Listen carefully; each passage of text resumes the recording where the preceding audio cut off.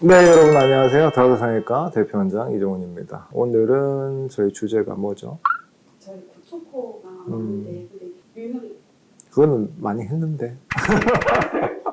그러면 고초코의 유형은 어떤 거였나요? 아, 구축코의 유형. 구축코를 어떻게 뭐 학문적으로 이렇게 정확하게 나눈 그건 없습니다. 뭐 염증이 어떻게 생기냐에 대해 가지고 뭐 계략적으로 이렇게 구별이 되어 있는 건 있는데, 그걸 뭐 구축코가 어떻다, 아니면 이제 구축코는 어떤 유형으로 생겨 있다, 이걸 나눈 건 없거든요. 굳이 이제 여러분께서 봤을 때 코가 이렇게 막 들려 있느냐 아니냐 이렇게 생각을 많이 하시잖아요, 그죠? 근데 그것도 조금 다릅니다. 왜 그러냐면 코가 들렸다고 해서 무조건 구축코는 아니거든요. 코가 들리는 현상에는 여러 가지가 있을 수 있고, 그러면 안 들려 있는데도 구축코일 수 있느냐? 그럴 수도 있습니다. 그러면 어떻게 이게 구축인지 알고 이걸 어떻게 접근을 하기 위해서 구축코 수술을 하느냐, 이거를 이제 제가 말씀을 드리면 될 것 같아요. 되게 학술적으로 풀거나 이제 수술 반복적으로 풀면 굉장히 복잡해지니까 우리는 항상 보이는 부분을 대고 설명하면 좋으니까, 제가 이제 나눌 거는 코끝. 이제 코끝은 이제 여기 코끝부터 시작을 해서 콧구멍, 뭐 비주까지 다 포함을 하겠죠. 그 다음에 여기 콧대, 이렇게 두 가지 또는 이제 두 가지를 합쳐서 그럼 세 가지가 되잖아요, 그죠? 그렇게 설명을 해보겠습니다. 일단 첫 번째는 이제 코끝.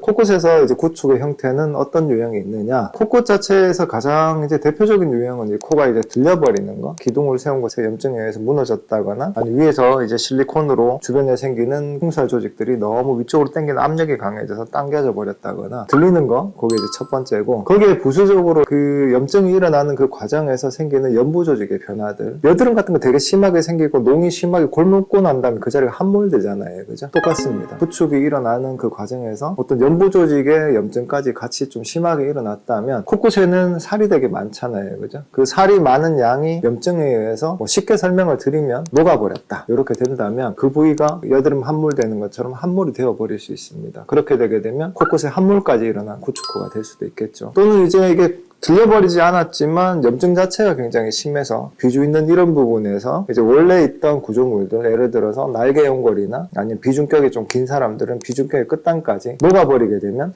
비주가 이렇게 퇴축되게 되잖아요, 그죠? 들려버리지 않았지만 여기 퇴축이 되어 있으니까 그런 경우에도 구축코라고 볼 수 있겠죠. 또 이제 한 가지는 뭐냐면, 실리콘을 길게 썼을 때, 만약에 실리콘의 그 염증들이 전체적으로 또는 이제 끝단의 한정에서 나타나게 됐을 때, 또 여기 조직의 변화가 나타나서 실리콘이 이걸 뚫어버렸을 때, 그렇게 되게 되면 이제 또 상처가 생기는 함몰로 인한 구축. 또 거기에 보태서 말씀을 드린다면, 이제 구축코 수술을 하는 사람들은 약간은 여러 가지 수술을 동시에 했던 경우가 많거든요.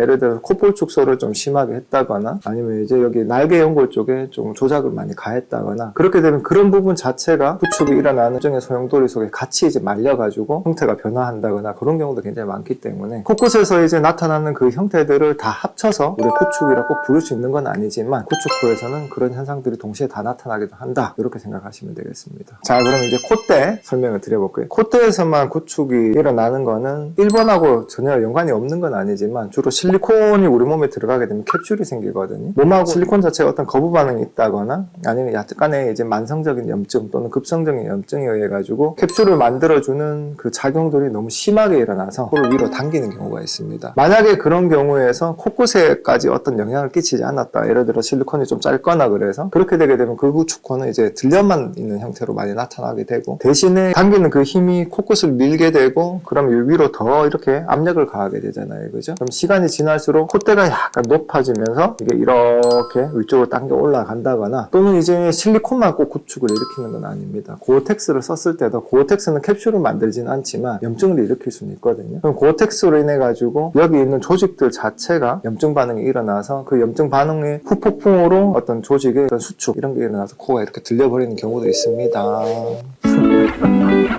근데 고어텍스는 또 이제 실리콘이랑 비교를 해서 또 한 가지 다른 특징이 뭐냐면, 그 주변 조직 자체를 약간 침식해서 들어가는 경향이 실리콘보다 조금 더 강하기 때문에 피부뿐만 아니라 이제 콧대에 있어가지고도 뼈나 이런 부분도 약간 침식을 만들어서 높이가 이렇게 낮아지면서 이렇게 들리는 경우도 있거든요. 그래서 콧대에서 일어나는 이제 구축의 현상은, 일단은 콧대가 높아지면서 위로 딸려 올라간다든지, 아니면 콧대가 낮아진다면서 이제 딸려 올라간다든지, 두 가지가 동시에 일어날 수 있습니다. 재료를 뭘 썼느냐에 따라서. 그래서 이제 두 가지를 다 합쳐서 말을 해보게 되면 결국은 이제 구축이란 거는 대부분은 이제 염증하고 관련이 좀 있습니다. 진정한 의미의 구축코는. 그러니까 코끝에서 심하게 일어나면 피부에 군데군데 함몰이나 연부 조직이나 아니면 연골 같은 거에 손상을 줘서 퇴축이나 이런 게 동시에 나타나게 할 수 있고, 그 다음에 이제 콧대까지 다 보태서 염증이 다 일어난다면 콧대에서도 어떤 함몰이나 아니면 이런 거 나타날 수는 있지만 주로 콧대에서 나타나는 현상은 이제 위로 밀고 올라가는 이런 현상이 나타날 수 있습니다. 물론 이제 코끝에서도 기둥을 세운 것 자체가 이제 염증에서 녹아버리게 되면 결국은 이런 형태로 많이 나타나게 되지만, 근데 가끔은 이렇게 달려 올라가지 않았지만 연부 조직에 손상을 일으키는, 코끝에서 변화만 일으키는 구축코도 있을 수 있다. 뭐 이렇게 뭐 복잡합니다.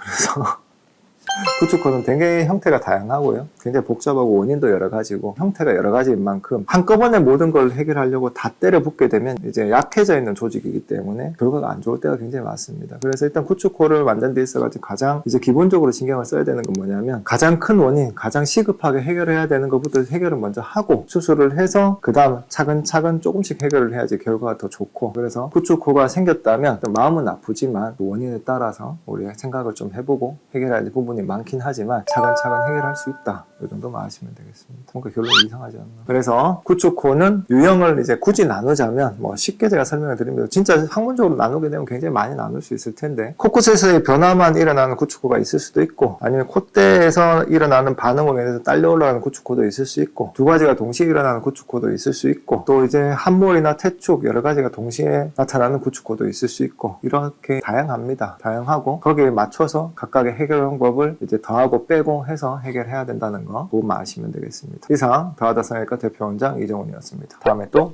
만나요.